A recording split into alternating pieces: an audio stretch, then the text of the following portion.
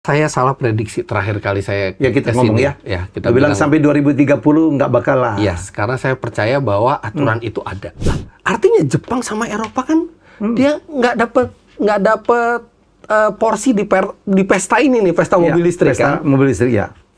Mereka khawatir karena mereka tidak bisa membuat mobil dengan kualitas yang sama dengan harga yang sama tuh nggak bisa. Kalau kualitas sama pasti mereka harga lebih mahal. Bahkan Porsche rela rugi 851 juta US dollar. Pertama kali lewat telepon. Tiba-tiba ada telepon yang tidak dikenal. Biasanya nggak saya angkat. Betul. Nggak tahu kenapa waktu itu angkat deh, gitu ya. Angkat. Halo, dengan Pak Fitra Eri ya. Saya ini dari Kejaksaan Agung Republik Indonesia. Oh, langsung tek loh. Ah, penipu nih. Bener lo datang surat panggilan. Wah, bener ini.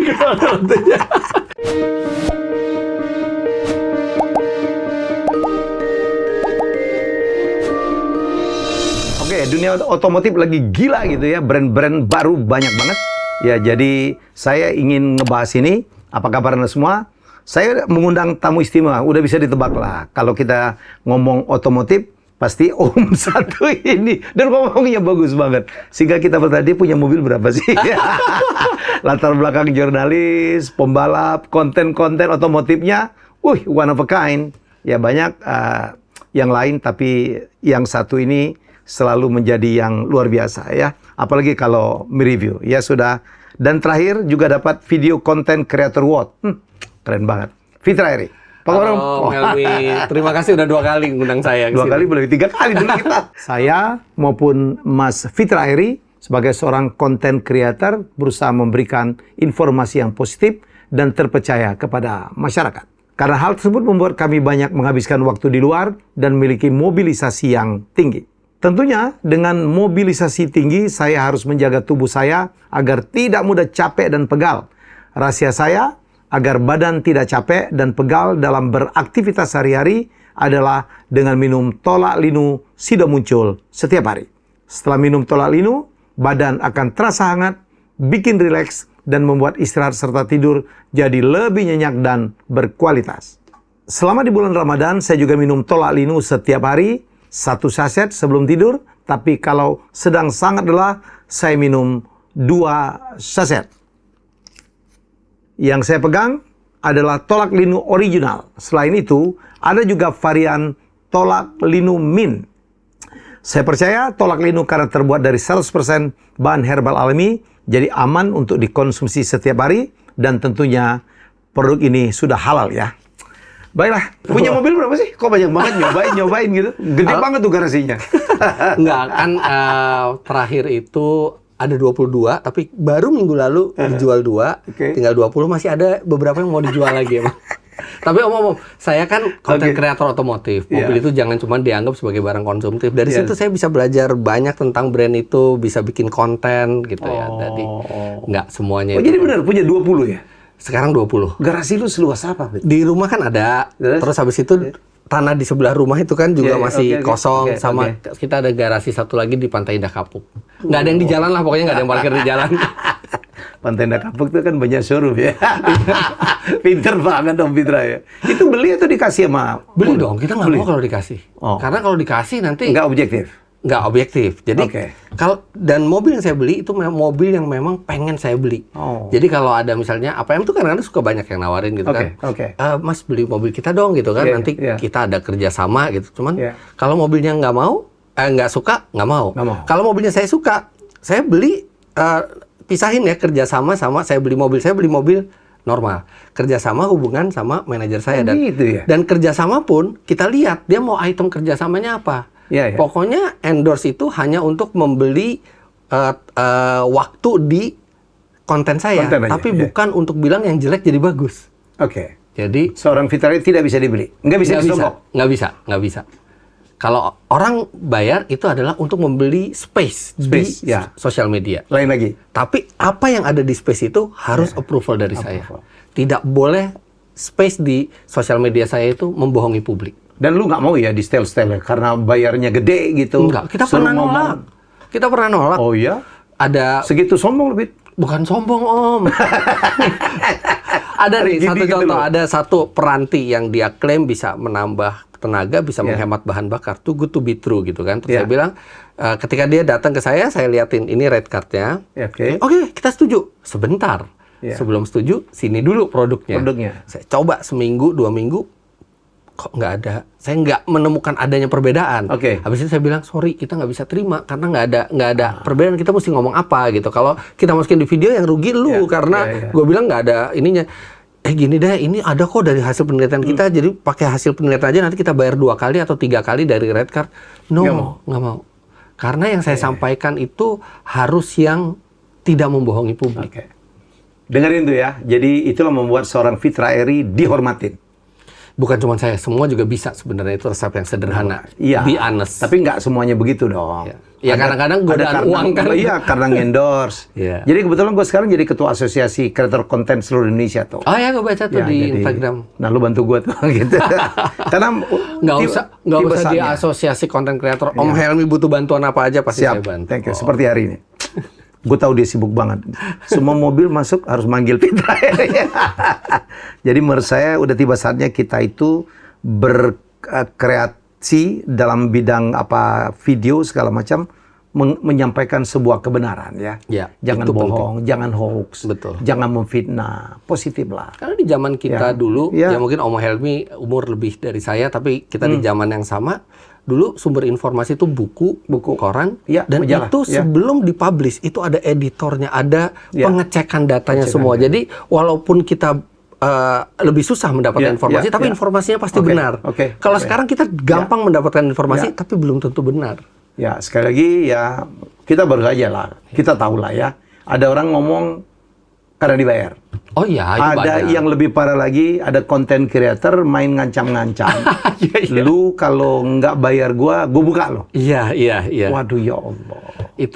Itu juga agak beda ya antara saya lihat di konten kreator food review ya. Food review terjadi. Food review itu nggak bisa disamain seperti di mobil. Mobil itu industri yang besar. Complicated. Ketika kita menyampaikan sebuah kelemahan, itu akan dianggap sebagai kritik dan itu bisa diperbaiki di produk berikutnya. Sedangkan kalau di UMKM, dia langsung terkena. Makanya saya setuju sekali dengan almarhum Bondan Winarno. Jadi ketika makanannya enak, beliau akan up ke sosial media. Tapi kalau makanannya nggak enak, dia akan kasih kritik ke orangnya tanpa menjatuhkan dia di sosial media. Betul. Bahkan dia ada 2, yang enak banget tuh Manyus kalau nggak salah, yang enak tapi nggak istimewa Top Marco Top. Iya, betul. Jadi dia tuh nggak pernah menyakitin. Karena sekali apa yang kita sampaikan membuat itu usaha tutup, yang rugi puluhan orang. Tukang parkirnya, suppliernya, tukang masaknya gitu. Tapi memang ada yang berlindung di balik loh. Kita kan harus menyampaikan ke konsumen supaya konsumen tidak salah. Yes, itu memang betul. Ketika kita ada makanan yang kita kritik, itu akan membantu orang untuk tidak membeli itu. Tapi impact-nya akan sangat besar ke pengusahanya. Dan makanan itu kan harganya, maksudnya tidak membuat orang itu jadi miskin. Tapi kalau mobil, itu kita benar-benar harus ini karena kredit gitu. Karena orang mengeluarkan ratusan juta sampai miliar rupiah di situ. Om, kita ngomong sekarang serbuan produk-produk Cina. Jadi gimana? Apa pendapat seorang Fitra Eri? Ternyata saya salah prediksi terakhir kali saya kita ngomong ya. Kita bilang sampai 2030 nggak bakal lah. Karena saya percaya bahwa aturan itu ada. Aturan bahwa 2030 produsen mobil tidak akan memproduksi mobil listrik lagi. Dan itu kan diinisiasi oleh Eropa, kemudian diikuti oleh Jepang. Cina masih belum masuk radar waktu itu. Tiba-tiba Cina mengeluarkan mobil-mobil listrik yang jauh lebih lengkap fiturnya, nyaman, kualitasnya bagus, dengan harga jauh di bawah. Sekarang mobil listrik terlaris di Indonesia, 10 besar, itu sekitar 7 atau 8 mereknya itu adalah Cina. Yang bisa bersaing dengan Cina tuh mungkin cuma Hyundai. Korea. Hyundai. Lah, artinya Jepang sama Eropa kan dia nggak dapet porsi di pesta ini nih, pesta mobil listrik kan. Mobil listrik Mereka khawatir karena mereka tidak bisa membuat mobil dengan kualitas yang sama, dengan harga yang sama tuh nggak bisa. Kalau kualitas sama pasti mereka harga lebih mahal. Nanti kita bisa ngomong kenapa Cina bisa semurah itu. Akhirnya sekarang mulai berubah itu peraturan. pabrikan-pabrikan Eropa kemudian bilang bahwa mereka membatalkan di 2030 mereka full elektrik untuk waktu yang belum ditentukan sampai kapan. Karena pasti tidak mampu bersaing sama Cina. Betul. Jepang, Honda, Toyota juga bersatu untuk mereka tidak lagi di 2030. Mungkin mereka akan tetap memproduksi mobil hybrid atau hidrogen. Kemudian ketika si mobil listrik ini sudah tidak lagi menjadi prioritas dari pabrikan Jepang dan Eropa, artinya kita di atas 2030 kita masih akan punya mobil internal combustion. Mereka benar-benar tidak bisa, minimal sampai sekarang tidak bisa bersaing. Kalau tetap 2030 itu mobil listrik tidak boleh ada lagi, yang ada hanya mobil Cina di jalan. Nah, itulah yang membuat kekhawatiran banyak pabrikan sekarang. Bahkan Porsche rela rugi 851 juta US dollar, sekitar 10 triliun ya itu ya, untuk kembali lagi ke internal combustion. Mereka bikin Taycan full elektrik, mereka anggap yang agak murah-murah ya. Nggak, itu mahal. Taycan itu kelas atas, dia 4 miliar, 5 miliar harganya. Kemudian di kelas agak bawahnya di Porsche Macan yang terbaru dia bikin full elektrik. Mereka melihat ini nggak bisa. Gagal. Dia balik lagi, dia putar arah, dan untuk langkah itu kerugiannya hampir 10 triliun. 10 triliun lebih malah. Pasti itu dengan hitungan yang matang ya, Pit? Betul, dengan hitungan yang matang. Karena harga mereka nggak bisa bersaing dengan Cina. Nah, terus saya juga bingung, kenapa Cina yang dulunya 20 tahun lalu kita nggak anggap itu. Anggap remeh. Sekarang bisa bagus sekali. Ternyata 20 tahun lalu, mereka yang penting itu bukan membuat mobil yang berkualitas. Yang penting mobil yang murah zaman dulu. Karena untuk diserap pasar Cina yang waktu itu ekonominya belum begitu bagus. Sekarang, itu ada puluhan merek mobil di Cina yang saling bersaing satu sama lain untuk merebut perhatian publik. Akhirnya persaingan di dalam negeri itu yang membuat mereka kualitasnya bagus. Membaik. Kemudian tenaga kerja juga relatif murah di Cina, serta ketika mereka ekspor, mereka juga diberikan insentif oleh pemerintah. Oleh negara-negara, dan juga oleh negara-negara yang menerima ya, termasuk Indonesia ya. Betul. Akhirnya mereka bisa membuat mobil dengan sangat efisien, dibantu oleh negaranya pula, yang lain berat. Jadi kemarin saya Cina bolak-balik, ternyata ada 168 brand EV. 168 ya. Bayangkan 168 itu bersaing. Pasti mereka akan membuat mobil yang makin bagus, makin murah, produksi yang makin efisien. Dan ketika itu mereka bisa memenangkan pertarungan di Cinanya, ketika mereka bawa ke luar negeri ditambah insentif pemerintah, jadilah mobil listrik yang bagus dan harga murah. Jadi dulu memang. Jadi ada program namanya Made in China 2035. Pokoknya dulu ada satu Perdana Menterinya, siapa namanya, Li Keqiang, minta dulu 10 tahun lalu produk Cina itu kan murah, jelek, kualitas. Murah, jelek. Dia mau menjadi nomor 1. Itu yang terjadi. BYD segala macam. Zeekr bikin ya. Xiaomi bikin. Keren-keren. Betul. Dan banyak produknya, brandnya yang mengalahkan Amerika. Jadi pemerintah memang hadir tuh. Ngurangin pajak, murahin bunga, dibantu research. Dan ketika mereka udah punya uang, Om, mereka tinggal membajak orang-orang di balik bagusnya merek lain. Itu di BYD itu ini desainernya Audi. Di Audi. Karena di balik sebuah mobil yang bagus, pasti ada otak yang berpikir ya. Otaknya di hijack ke sana. Duit unlimited. Betul. Jadi, cuman Cina mereka belum bisa mengejar untuk teknologi internal combustion, seperti mobil bensin, mobil diesel, sports car yang bermesin bensin. Nah, itu masih jadi harapan pabrikan mobil selain Cina. Tapi gue percaya Cina lah. Tapi itu just a matter of time. Cina mau melakukan itu, mereka tinggal ambil aja orang-orang yang dibalik itu. Gila Cina. Sekarang mereka udah internet udah paling canggih. Mereka udah mau 6G. Lo tau nggak ya, sampai ke puncak gunung 5G on. Gitu. Betul. Teknologi drone, kereta api udah paling cepat. Betul. Jet udah generasi 6.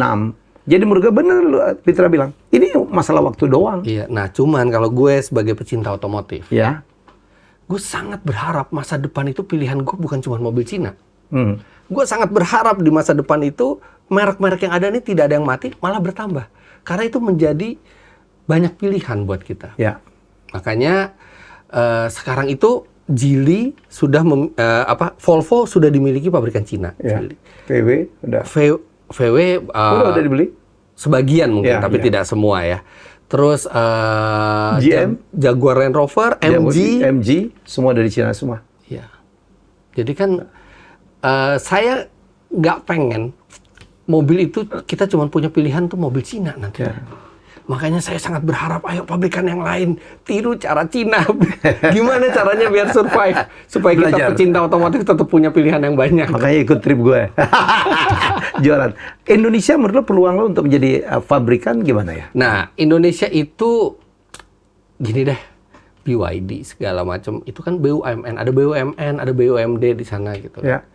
BUMN kita beresin aja dulu. Ya.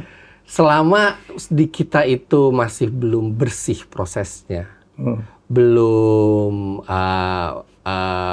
bisa tanpa tangan-tangan yang punya kepentingan lain gitu ya, akan susah. Bukan karena kita nggak pinter, tapi karena menurut saya ketika ada duit di situ, masih riskan ada yang bermain di sini. Ya. Mengganggu perizinan, mengganggu ketertiban. Iya. Ketika ada kepentingan lain gitu ya, saya nggak pesimis sama kemampuan orang Indonesia, tapi prosesnya di sini yang saya pesimis. Kita bisa membuat perusahaan yang bisa bersaing di skala global. Kita nikel punya, walaupun nikel bukan satu-satunya bahan bakar baterai ya, baterai. Kan sekarang ada macam-macam bahan bakar baterai ya. Tapi menurut saya yang penting di Indonesia tuh bersihkan diri kitanya sendiri dulu. Apalagi kita baru ada kasus yang heboh kemarin gitu ya. Yang lu dipanggil kejaksaan ya? Mungkin mau diperiksa apa, ternyata jadi saksi. Nggak ada hubungannya sama korupsi sama sekali. Amit-amit ya. Nggak terlibat, beneran nggak terlibat. Cuma bersaksi tentang apa? Blending? Tentang muka kejaksaan kelihatannya mencari tahu sebenarnya secara teknis itu apa sih pengaruhnya bahan bakar, kemudian kira-kira kerugian apa sih yang dialami oleh masyarakat kalau mesinnya rusak karena BBM. Lebih ke arah itu aja. Kaget, kenapa nih? Oke. Dan lu bakal nggak ya dipanggil? Ini kayak satu tugas apa ya, negara juga lah ya, membantu masyarakat. Yang unik adalah proses pemanggilannya. Pertama kali lewat telepon. Tiba-tiba ada telepon yang tidak dikenal. Biasanya nggak saya angkat. Betul. Nggak tahu kenapa waktu itu angkat deh, gitu ya. Angkat. Halo, dengan Pak Fitra Eri ya. Saya ini dari Kejaksaan Agung Republik Indonesia. Langsung tek lo. Penipu nih. Saya pikir penipu kan. Gitu kan. Terus dia bilang kita mau manggil Pak Fitra gini. Terus saya jawabnya gampang. Oke. Kalau gitu kirim aja surat panggilan. Bener lo datang surat panggilan. Wah bener ini. Tapi nggak apa-apa. Maksudnya ternyata yang dipanggil ke Kejagung itu belum tentu semua yang terlibat juga. Orang panggil kejaksaan, panggil KPK. Padahal kan bisa untuk saksi atau apa ya. Sebenarnya gue itu udah mau merahasiakan Om. Maksudnya udah nggak usah dibuka lah kita ke Kejaksaan Agung. Tiba-tiba Kejaksaan Agungnya bikin press conference kan. Dia buka sendiri.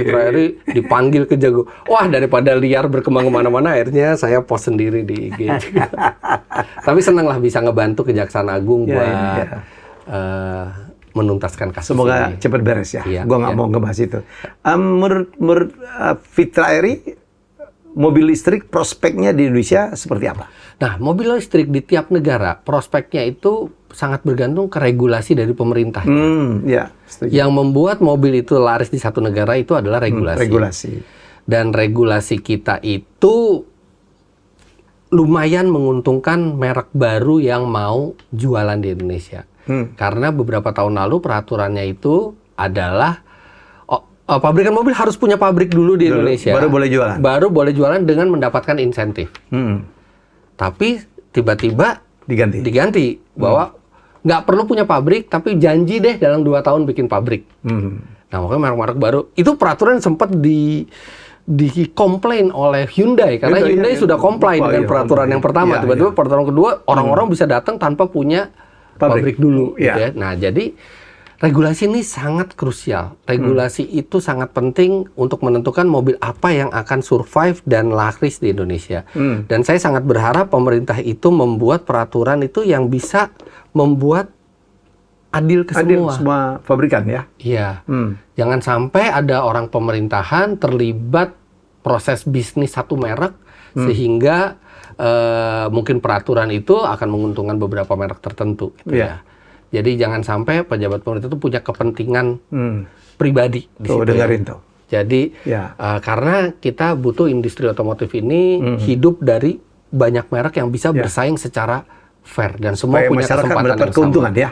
Supaya masyarakat yang dapat keuntungan. Karena monopoli tidak akan pernah baik. Bayangkan kalau nanti ada satu merek atau dua merek yang mendapatkan keuntungan, yang akhirnya kita merek tinggal sedikit. Ketika sudah terjadi monopoli, pasti masyarakat yang rugi. Sekarang kita nikmatin lah ya, ada sekarang mobil BYD dengan 200 juta gitu masuk ya. 200? Belum ada kalau BYD. Iya, ada baru mau masuk. Oh iya, mau masuk. Si Lion atau apa? Si Lion? Atau CC gitu lah. 200 juta. Saya udah lihat tadi promonya. Gila. Sedan kecil gitu. Wow. Wow gitu. Sekarang juga udah ada mobil-mobil listrik yang di bawah 200 juta kan udah mulai masuk. Yang dulu nggak pernah kepikir ada mobil listrik di bawah itu. Dan bagus. Ya. Nah, teknologi itu akan selalu berubah, Om. Akan selalu ada teknologi baru, selalu ada terobosan baru, tapi regulator disitulah yang mengatur supaya nggak akhirnya nanti ujungnya cuma satu pemenangnya. Menguntungkan. Ya. Kalau saya kepengen tuh cuma kepastian hukum ya. Firm gitu, jangan berubah-berubah. Nah, itu penting banget. Itu penting banget. Karena di industri otomotif itu long term investment. Mahal. Tiba-tiba peraturannya seperti ini, oke, kita udah bikin plan jangka panjang, tiba-tiba berubah itu nggak bisa. Harus konsisten. Makanya Thailand tuh bisa lebih maju industri otomotifnya untuk perakitannya karena mereka kok lebih konsisten peraturannya. Karena saya lihat perusahaan Indonesia itu bukan aja maraknya korupsi ya, tambah ormas lagi. Ya, tapi yang kedua itulah kepastian hukum. Betul. Kalau bisa peraturannya jangan cepat berubah dong. Iya, betul. Jadi peraturan itu memang dibikin bukan hanya untuk satu periode pemerintahan, tapi untuk berkesinambungan. Orang kan jangka panjang investasi. Iya, itu. Ini BYD kan ratusan triliun tuh yang di Subang tuh. Betul. Udah ngeliat Vietnam ternyata udah masuk ke Indonesia tuh. VinFast gitu, mau bikin pabrik juga tuh. Itu juga banyak taksinya ya. Taksinya juga banyak. Mereka bikin aplikasi sendiri gitu. Dan mereka udah jual yang di bawah 200 juta. Iya. Gitu loh. Nah, Indonesia kalau memang tidak bisa mengambil peran di dalam membuat mobilnya, tidak harus kok. Tidak harus negara itu punya Momnas. Nggak harus. Singapura nggak punya, maju juga. Tapi kita bisa mengambil keuntungan dari proses-proses bisnisnya. Betul. Supplier baterainya mungkin untuk yang merakit di sini gitu ya. Banyak kok sisi-sisi bisnisnya banyak gitu ya. Nggak harus bikin mobilnya kok. Malaysia berani membuat Proton, toh pada akhirnya dicaplok oleh Geely juga. Nggak menjadi sukses juga gitu ya. Kalau saya bukan yang Indonesia harus punya mobil nasional. Enggak. Tapi kita banyak sisi yang lainnya yang kita bisa bagus di situ. Kemarin saya lihat data, saya ngasih seminar, sebelahnya ada orang Gaikindo. Ternyata pangsa pasar mobil listrik itu di Indonesia kecil sekali ya. Udah mendekati ke 10%, masih di bawah 10%. Masih di bawah 10%. Itu pun kali digabung hybrid kali. Enggak, full electric. Full electric, ya. Jadi yang internal combustion itu kan masih gede banget tuh. Karena kan sebagian besar pembeli kita, Om Helmi, bukan di kota besar. Di mana mungkin nge-charge itu nggak semudah kita. Kita mau nge-charge tinggal minta PLN nambah daya. Di daerah-daerah mungkin nggak semudah. Nggak gampang. Kemudian sebagian besar pembeli mobil adalah satu-satunya mobil yang mereka punya. Yang di luar kota besar. Iya, sebagian besar di Indonesia. Karena Indonesia kan kota besar tuh sebagian kecil lah cuma kota besar tuh. Sebagian besar tuh di pelosok-pelosok. Nah, itu memang belum bisa mobil listrik itu menarik buat mereka. Nge-charge-nya susah. Nge-charge-nya lama. Nah, jadi ketika mereka cuma punya pilihan satu atau dua mobil, mereka pasti pilih mobil biasa. Apalagi keuntungan mobil listrik bebas ganjil genap, nggak bisa dinikmati juga di sana. Itu cuma Jakarta doang tuh. Iya. Nah, kan ganjil genap. Betul. Jadi untuk bisa bikin mobil listrik itu 100% di Indonesia, misalnya 2030 tetap gitu ya. Itu PR-nya banyak sekali pemerintah untuk bikin infrastruktur kelistrikannya itu di daerah-daerah tuh gitu. Jadi masih nggak tahu kita ke depan kayak apa ya. Saya lihat mobil hybrid lebih laku ya, Om Pitra. Mobil hybrid masih lebih laku karena mobil hybrid itu lebih fleksibel dan lebih murah. Dan lebih murah, mestinya lebih ekonomis ya. Mestinya. Ya. Tapi sekarang mobil hybrid itu sebagian besar bukan punya Cina. Ya. Mobil hybrid itu sebagian besar punya Jepang. Ya. Dan harganya masih lebih mahal dibandingkan mobil Cina yang elektrik. Tapi tetap mobil listrik itu, mobil hybrid itu banyak dipilih karena dia fleksibel, dia nggak perlu ngecharge, dia juga pemakaian bahan bakarnya sangat hemat. Dan hybrid ini kita nggak seboros mobil internal combustion, tapi juga nggak serepot mobil listrik. Dia in between ya. In between gitu ya. Saya lihat kemarin sekali full tank ada yang sampai 1.100 kilometer gitu. Jadi kalau Jakarta Bali mah nggak perlu ngisi lah. Nggak perlu ngisi. Dan kalaupun perlu ngisi paling cuma 2 menit, 3 menit selesai prosesnya. Karena bensin. Iya. Nah, cuman di kota besar mobil hybrid tidak menikmati satu bebas ganjil genap, pajaknya pun tidak seperti mobil listrik. Betul. Mobil listrik kan pajaknya 0. Iya. Gitu. Karena dianggap green energy ya, tidak. Karena keinginan pemerintah mengakselerasi penjualan mobil listrik. Mobil listrik. Iya. Karena alasannya adalah green energy. Karena ramah lingkungan. Moga-moga emang itu benar alasannya. Walaupun ada yang kritik juga. Siapa bilang mobil listrik baterainya nanti gimana? Limbah juga. Iya, memang. Jangan ngomongin limbah dulu deh. Banyak orang bilang percuma mobil listrik karena kita pakai listrik dari batu bara. Oh iya betul. Listrik dari batu bara memang membuat polusi. Tapi kalau kita bandingkan dengan mobil bensin, untuk mendapatkan bensin kita harus ngebor dulu ke bawah bumi. Kadang-kadang di lautan tuh kita ngebor kilang, tambang minyak itu sudah mengeluarkan energi dan polusi yang cukup banyak. Setelah minyak mentah itu diangkat, dikirim pakai kapal ke kilang. Kapalnya membuat polusi juga. Kilangnya juga memakai energi untuk membuat bahan bakar. Setelah bahan bakarnya jadi, dikirim ke depo-depo pakai truk. Dari truk dikirim dari depo dikirim ke SPBU pakai truk yang berpolusi juga. Setelah dimasukin ke mobil, mobilnya jalan berpolusi juga. Polusinya dari hulu ke hilir. Nah, kalau mobil listrik, pembangkitan listrik memang masih pakai batu bara, tapi itu just a matter of time. Kita akan membuat pembangkitan listrik yang baru dan terbarukan. Kemudian limbah baterai. Iya, limbah baterai itu justru itu bisa jadi celah bisnis, Om Helmi. Kita tahu nanti di masa depan akan banyak limbah baterai. Kenapa nggak dari sekarang kita siapin pusat recycle baterai? Dan kalau kita ngomongin limbah, mobil normal, mobil bensin, tiap 5.000 kilo sekali ada limbah oli. Tiap 2 tahun sekali ada limbah aki. Itu terus-terusan adanya gitu. Sedangkan mobil listrik limbahnya hanya terakhir di akhir hidupnya aja. Jadi kita harus ngelihat fair gitu. Kita nggak bisa bilang mobil listrik itu 0 polusi. Tapi jauh lebih rendah. Saya kemarin baca satu riset satu artikel gitu, Amerika gitu. Ini gue mungkin gara-gara Tesla kalah kali ya. Jadi bilang memang ada 40 sekian % pengguna mobil listrik balik lagi ke internal combustion. Alasan charging stationnya nggak banyak, nomor 2 limbahnya banyak, tidak ramah lingkungan tuh. Jadi kalau udah gitu. Saya bilang sih masalah limbah itu nggak akan jadi concern orang yang punya EV. Orang beli EV tuh nggak concern masalah lingkungan. Maksudnya bukan mereka beli EV karena ingin langitnya jadi biru. Atau nanti karena ada limbahnya banyak jadi mereka jual. Enggak, mereka beli EV karena mereka rasa operational cost-nya murah, bawanya praktis gitu ya. Harganya murah? Harganya murah gitu. Jadi balik ke konteksnya tadi, kalau misalnya orang balik lagi ke internal combustion, menurut saya karena ada beberapa keunggulan internal combustion yang belum bisa tergantikan mobil listrik. Mengisi energinya cepat gitu ya. Dan satu lagi, yang bahkan mungkin di Indonesia akan membuat orang balik ke internal combustion. Depresiasinya mobil listrik itu besar. Iya.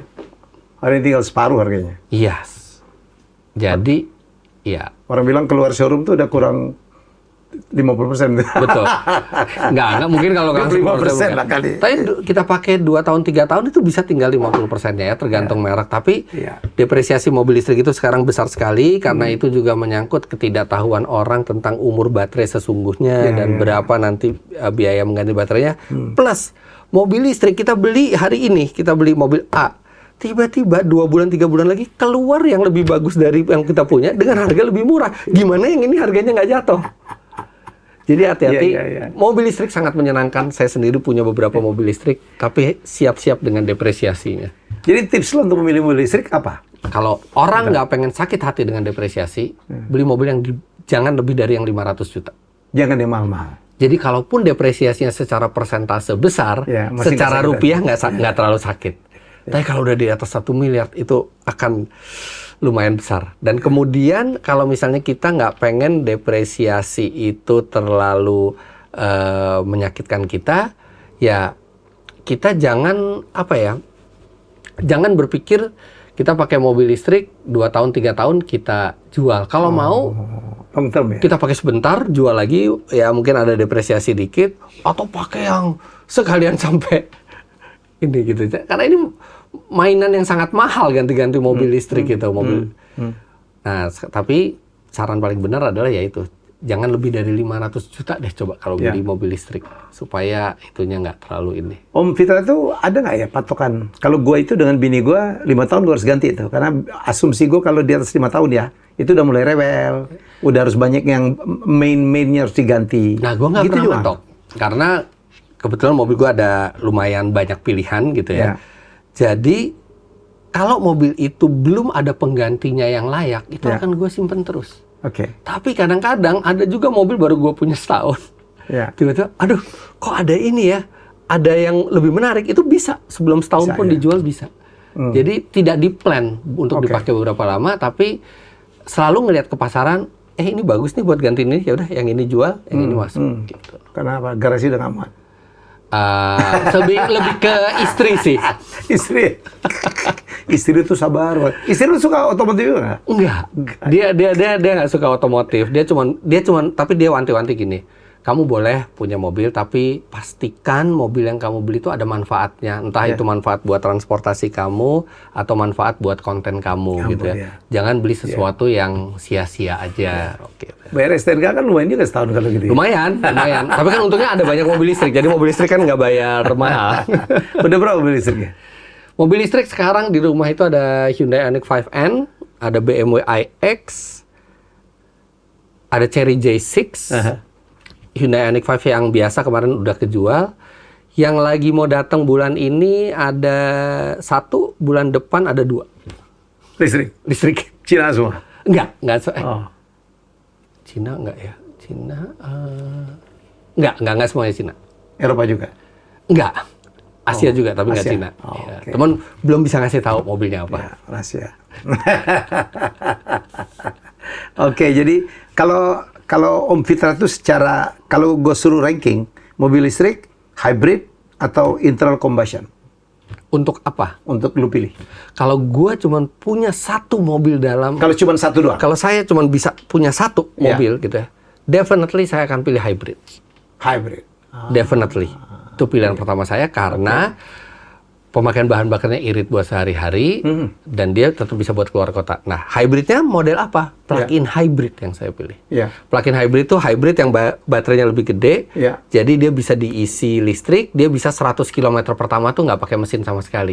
Jadi buat commuting sehari-hari, rumah kantor rumah, masih bisa pakai kayak mobil listrik, tapi sekali waktu perlu keluar kota, pasti pakai mobil, pasti pakai bensin. Nah, kedua, kalau misalnya cuman punya 2 mobil, pasti saya akan pilihnya 1 bensin, 1 listrik. Tetap bensin ya? 1 bensin, 1 listrik. Alasan apa? Emosional? Karena listrik itu bisa dipakai buat setiap hari, dan dia tuh sangat ringan. Tapi internal combustion, kita bisa beli sesuatu yang memuaskan keinginan kita sebagai pecinta otomotif. Saya bisa beli mobil yang turbo, yang V6, V8, atau mungkin kalau dari rezeki yang V10 gitu ya. Maksudnya mobil-mobil hobi. Mobil hobi itu sekarang belum banyak mobil listrik bisa jadi mobil hobi. Baru mobil internal combustion. Nah, itu akan saya pilih 1 buat mobil hobi, 1 buat mobil harian. Om Peter masih juga nyimpan mobil-mobil klasik? Klasik, saya nggak bisa bilang klasik sih. Mobil paling tua saya itu mobil tahun 91 itu ada Honda Prelude dan Honda HR-V yang Gen 1. Jadi itu klasik, untuk Honda itu klasik, tapi bukan klasik yang tahun 50-an. Adalah beberapa saya masih simpan mobil yang tahun 90 awal. Ya, kalau Honda itu kan Honda Civic, setrikaan gitu ya. Setrikaan. Oh, mahal-mahal tuh harganya sekarang. Iya. Mobil-mobil impian zaman muda tuh mahal-mahal tuh. Accord zaman itu, wah gila-gila ya. Gue dulu pakai Genio, Mas. Oh, Genio. Aduh, seneng banget. Tahun 9? Tahun 90-an lah, akhir kali. Mobil bekas pun gue bilang. Iya. Keren banget. 92 sampai 96 tuh. Genio, Estilo. Estilo, ya. Iya. Nah, Om Helmi sendiri pakai mobil listrik kan? Saya lihat tuh ada mobil listrik. Iya, karena gua rumah gua sekarang di Sudirman. Apartemen, tempat parkirnya nggak bisa banyak. Jadi gua apartemen gimana cara ngecas? Ada.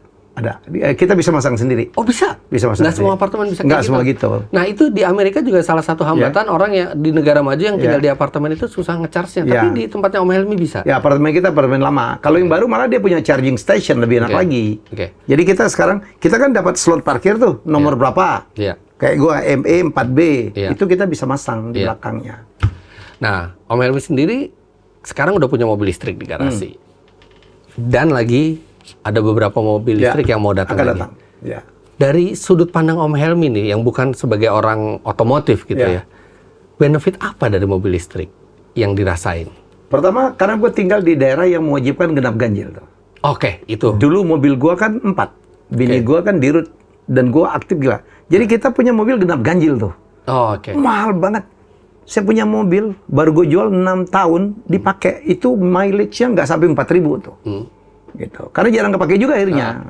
Jadi menurut gue sih a lot of saving lah ya. Nah, jadi, satu mobil listrik nggak cukup nih? Nggak cukup dong. Karena kan istri saya aktif, saya aktif. Ya, jadi kita minimal akan punya 2. Nah, satu mobil bensin kita akan simpen tuh. Jadi kita cukup 3 mobil. Dulu gue sampai 5, anak juga sendiri lagi ya. Untuk antar jemput, untuk ke ini gitu. Wow, costly banget. Ya. Jadi sangat membantu aktivitas sehari-hari mobil listrik itu. Murah ya kan, operasional murah gitu. Tapi belum bisa bergantung hanya ke mobil listrik. One day bisa kali. Kalau gue bisa gue pegang BMW seri 5 ya. Itu lebih kepada ada nostalgia di situ. Iya. Bahkan mobil listriknya juga BMW. Iya, BMW. Bini gue tuh Eropa banget. Kalau gue ada Cina banget nih. Oh gitu ya. Karena bolak-balik ke Cina. Gue lihat gue ada ke pabriknya SAIC. Gue ke headquarternya BYD 5 kali gitu. Sampai gue hafal kenapa dia bisa bikin mobil murah tuh, sampai gue hafal gitu ceritanya. Kenapa? Cerita mereka gimana mereka bisa bikin mobil murah? Satu, scale of economy. Scale of, karena volume. Ya. Karena dia bikin selalu paling banyak. Dan dalam negerinya sendiri volume besar.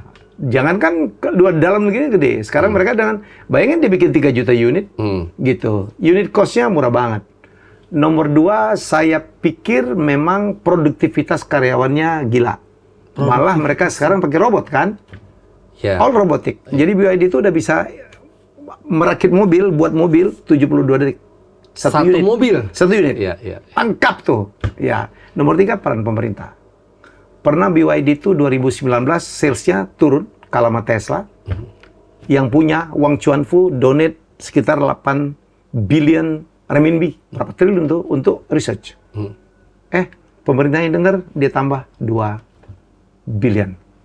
Jadi ya itu yang lu bilang. Jadi pemerintahnya itu hadir. Betul. Gitu banyak hadir. Nomor 3, gue pikir ya karena apa ya? Kenapa mobil-mobil BYD itu menjadi murah itu risetnya gila Dan dia banyak komponen kan dibuat sendiri. Baterai buat sendiri. 50% mobil itu kan pakai baterainya memang BYD. Semua akan menjadi lebih efisien dan semua bisa dilakukan kalau economy of scale-nya itu ini besar gitu. Lu tahu Wang Chuanfu itu kan kerja di perusahaan baterainya Jepang. Dia bilang gue mau ngalahin Jepang cuma satu. Mesinnya harus gue bikin sendiri. Kalau mesinnya beli dari Jepang, nggak bakal kena lah itu. Semakin laku mobilnya, semakin kaya Jepang juga. Jadi dia bilang apa? Dia contek. Nah, Cina itu kan jago nyontek. Lo tau ya, dia punya researcher berapa? 105.000 peneliti. Punya 11 lembaga penelitian. Megang 38.000 haki. Gila tuh. Jadi inovasi banget. Jadi itu kuncinya kenapa mobil-mobil China itu murah banget. Di samping yang lo omong tadi tuh. Marketnya besar, Bos. Sekarang udah 3 juta lebih tuh. Skala ekonominya volumenya besar, pemerintahnya hadir, kerjanya efisien. Dan konten TKDN-nya mereka tuh gede banget. Karena mereka punya sumber daya alam juga kaya. Kan? Nah, kita ngomong baterai, mobil listrik. Ada hubungannya nggak mobil listrik menurut Om Helmi? Ada hubungannya nggak dengan ketegasan pemerintah Cina untuk menghukum berat koruptor? Oh iya, semua dari situ. Semua dari situ. Jadi Cina tuh bangkit ya. Satu, karena dia menyekolahkan anak-anak terbaiknya tuh. Di sekolah-sekolah. Di seluruh dunia, kampus-kampus terbaik tuh, Cina-Cina dari situ tuh. Begitu pulang, mereka dimodalin tuh. Disupport. Iya, karena pemerintahnya uangnya nggak bocor. Iya, nggak bocor. Nomor 2 yaitu keberanian mereka untuk menghukum koruptor. Itu kan waktu Zurongji bikin 100 peti mati. 99 untuk koruptor, 1 untuk dia kalau dia korup. Iya. Nomor 3, pemerintah hadir. Tidak mempersulit perizinan, dukung. Di dana risetnya dibantu. Artinya kalau Indonesia mau maju, kita ikuti cara Cina. Selesai. Amati, tiru, modifikasi. Dan buang premanisme, Bos. Iya, jadi kita lihat caranya. Nggak ada premanisme. Kita kan sedih banget kemarin. Iya. Banyak pabrik-pabrik keluar gitu karena premannya terlalu ngatur gitu. Dan serikat buruhnya nggak tahu saya. Buruh-buruhnya kan patuh banget. Sekarang malah pakai robot semua. Pakai robot semua. Kalau gitu ada harapan untuk Indonesia. Banget. Karena yang dialami Cina itu lebih parah daripada Indonesia dulu. Dulu. Tapi sekarang mereka bisa gini. Apalagi Indonesia yang startnya udah lebih bagus dari Cina nih. Iya. Artinya jalan tol aja jalan tol aja duluan kita yang bangun, Pit. Iya. Sekarang kita masih segitu-segitu aja gitu kan. Walaupun ditampak Jokowi, dia sampai ke kampung-kampung jalan tol semua tuh. All about mindset, all about leadership. Iya, betul. Leadership. Semua harus top down, nggak bisa dari bottom up. Nggak bisa. Bisa lah kita kalau gitu. Yakin kita bisa. Iya. Asal? Good. Ya, asal. Gue kalau ketemu Pak Dahlan Iskan, dia nggak suka banget. Pak, Bapak tuh mesti lebih kaya dari Elon, Pak.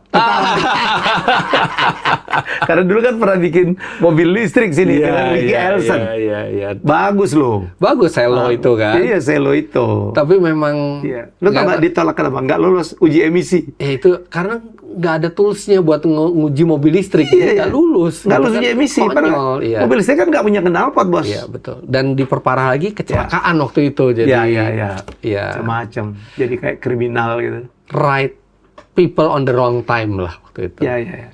Dia kalau gue itu dia langsung lari. Mas Helmi ini. Saya kenal sama Ricky. Dan Ricky itu punya potensi gede banget. Malah sekarang jadi peternak ya. Di Ciherang. Iya, peternak. Gue undang nggak pernah mau tuh dia. Dia kayaknya berusaha memendam. Gue tahu dia kecewa. Iya, betul. Ricky itu orang hebat yang tersia-siakan lah. Iya. Kalau gue jadi pemerintah, gue panggil, ayo kita bangun mobil listrik kita sendiri. Dulu yang bikin, dia kan mobil sport dia bangunnya. Tapi kalau kita sekarang, kita istilahnya udah terlambat lagi. Dulu pas zamannya dia, kalau kita bisa memprediksi masa depan dengan baik gitu ya, mungkin kita udah... Nggak ada yang terlambat saya pikir ya. Kalau kita bisa, pemerintah bikin subsidi, kita mungkin bisa mengimbangi kemurahan mobil China. Betul. Setuju. Apalagi nikel kita punya. Iya benar, nggak ada kata terlambat sih. Terlambat. Cina tuh masuk ke industri otomotif jauh lebih terlambat dari yang lainnya. Sekarang mereka bisa dalam posisi menjadi raja sekarang. Betul. Vietnam. Iya, Vietnam. Vietnam tiba-tiba udah menjajah Indonesia tuh. Tapi Vietnam baru satu merek sebenarnya. Iya. Baru satu merek ya. Cuma masalah waktu, Bos. Iya. Cina ini kan gempurannya 168. Iya. Kita kalau di Cina itu ya, ini mobil apa nih? Ada logo bahasa Cina, kita nggak bisa tebak. Iya, belajarlah sampai ke negeri Cina ini kita bisa belajar dari langkah-langkahnya Cina. Jadi jangan kita ambil yang jelek-jeleknya dari satu negara, justru kita ambil yang bagus-bagusnya nih. Mungkin terakhir ya, tips dari seorang Fitra Eri untuk memilih mobil pertama. Mobil pertama definitely harus sesuai dengan kebutuhan, bukan keinginan. Needs, bukan wants. Keinginan harus jadi nomor 2, nomor 3, atau nomor 4. Tapi needs dulu. Wants belakangan. Karena mobil pertama itu akan menentukan kelancaran kita bekerja, kelancaran kita mencari rejeki, kebocoran uang kita untuk perawatan mobil gitu ya. Jadi mobil pertama definitely tahan dulu emosi, pakai rasio dulu. Sesuai kebutuhan aja. Iya. Mobil kedua, kalau udah punya keluarga, masih sesuai kebutuhan dulu. Habis itu mobil ketiga, 4, 5, bolehlah. Sekarang barulah boleh, tapi jangan maksain. Ada orang demi gaya hidup dia paksain. Beli mobilnya mentereng. Tapi dia bayar cuma 30%, sisanya di kredit. Saya nggak pernah masuk akal di saya, orang beli mobil mentereng kredit tuh nggak pernah masuk akal. Kenapa dia harus beli? Dia bisa beli yang lain tanpa perlu punya utang selama 5 tahun ke depan gitu ya. Jadi use your head untuk 1-2 mobil pertama, baru use your emotion untuk mobil selanjutnya. Tapi itu pun nggak harus kredit ya? Sebaiknya untuk mobil yang dibeli dengan emotion, jangan kredit. Saya hanya bisa menerima di akal pikiran saya kredit itu untuk mobil pertama atau kedua yang memang dibutuhkan untuk keluarga itu. Duitnya kurang, cicil. Kan gitu kan? Iya. Ya. Kalau mobil pertama memang kita butuh. Duit kurang ya kita nyicil aja karena kita memang butuh mobil itu. Tapi kalau kita udah punya 2 mobil terus aduh ada mobil bagus. Sampai maksain kredit menurut saya nggak masuk akal. Oke. Setuju gak? Thank you, Vita Thank you, Om Helmi. Sukses ya. Sehat-sehat terus. Kayaknya kapan-kapan lu harus ikut gua ke Cina nih. Ikut dong, ayo. Gua pernah ke SAIK. SAIK kita lihat ini loh, bagaimana Volkswagen di install. Di sana ya? Semua, ya. Kalau BYD kita biasanya nggak bisa masuk pabrik karena rahasia, tapi kita ngelihat prosesnya. Kita mau ruang kelasnya, bagaimana mereka menjadi nomor 1 di dunia. Siap. Om Helmi udah sering nanyain saya tentang otomotif, nanti sewaktu-waktu kapan-kapan saya undang ngomongin Om Helmi, gimana bisa menjadi Om Helmi yang sekarang. Dengan satu, senang hati lah. Siap. Thank you ya, nanti kan saya di podcastnya Fitar ya. Belum ada sekarang. Kalau ada nanti. Kalau ada nanti. Belum needs dia. Kita jumpa lagi dengan tamu hebat selanjutnya. Bye-bye. Bye-bye. Terima kasih sudah menonton Helmi Bicara. Jangan lupa untuk like, komen, share, dan subscribe.